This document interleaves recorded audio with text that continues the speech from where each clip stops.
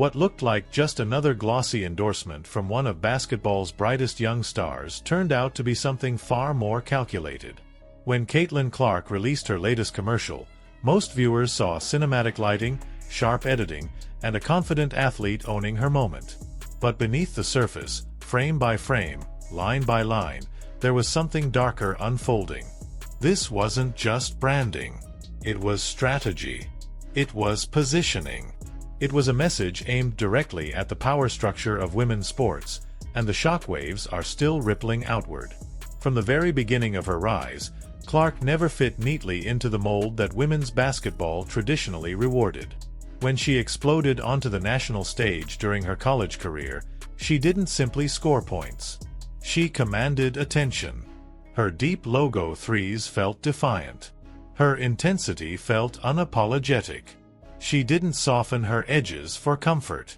And in an ecosystem where female athletes are often encouraged to be grateful first and dominant second, that energy unsettled people. The NCAA didn't quite know how to package her. The league she was entering didn't know how to contain her. Fans, however, were mesmerized. Social media clips of her pulling up from impossible distances went viral within minutes. Her stare-downs became reaction memes. Her swagger sparked debates on sports panels. Every game became more than a game. It became a referendum on how women in sports are allowed to express power. With the spotlight came backlash. Analysts questioned her sportsmanship. Commentators reframed confidence as arrogance. Think pieces suggested she needed to respect the game more. Beneath the surface, brands hesitated. Despite record-breaking viewership and ticket sales that followed her name, there were whispers about whether she was too divisive for certain campaigns. Too intense. Too outspoken. Too much. That context is what makes the commercial so devastatingly brilliant. The ad opens quietly. An empty gym. Dim lights flicker on. Clark walks in alone. No cheering crowd. No teammates. Just echoes. The camera lingers on small details.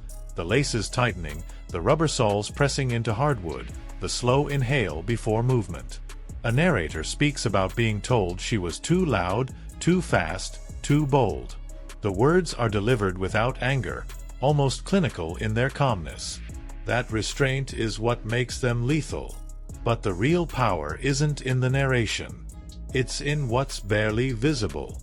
In the background, banners hang with phrases that feel almost like timestamps of her journey. A subtle shift in lighting highlights one year fading into another. The mismatched laces on her shoes, one black, one white, triggered online speculation immediately. Fans connected it to past comments she made about handling both light and darkness, praise and criticism.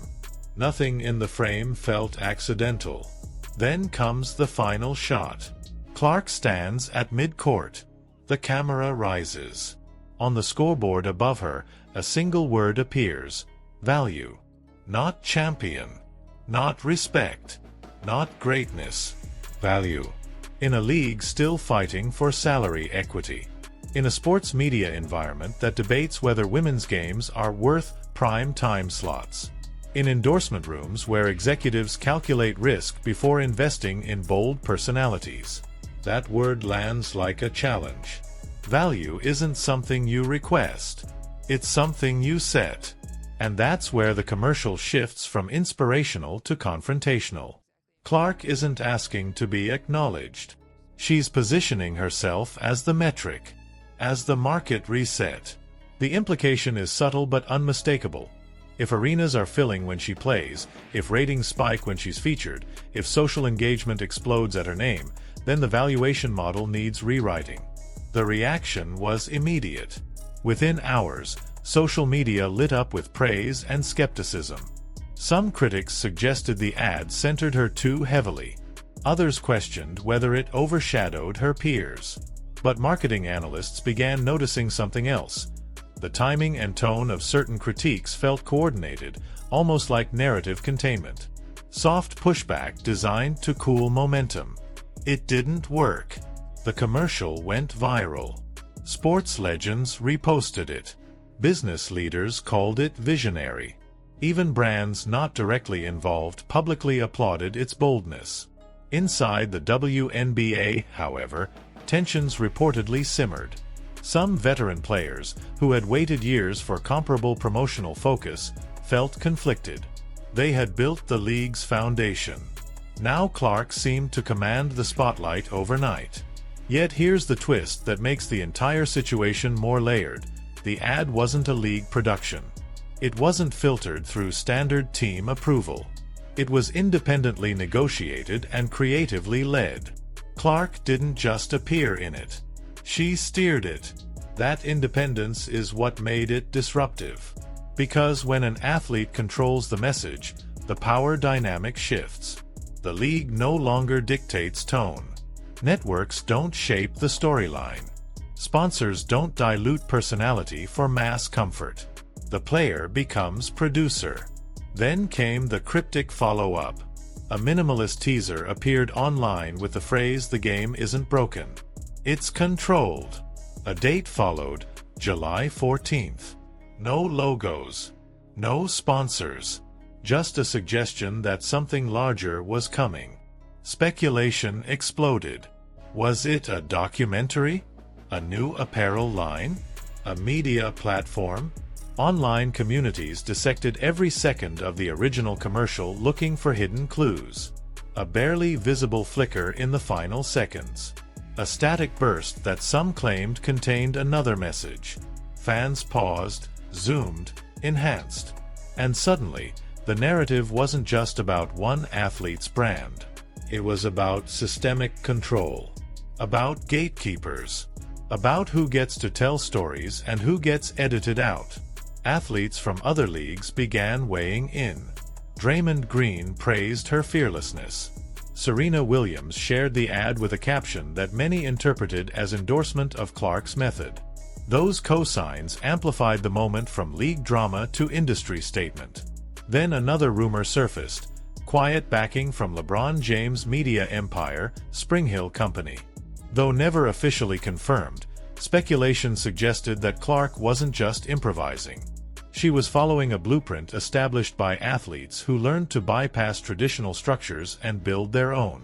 If true, the implication is massive. It suggests a generational shift where players don't wait for leagues to elevate them. They construct parallel platforms. They own production. They own distribution. They own narrative. Whether the rumors prove accurate or not, one thing is undeniable. Clark's commercial altered perception. It reframed her not just as a scorer, not just as a rookie phenom, but as a strategic architect of her own influence. And that's the dark genius of it all.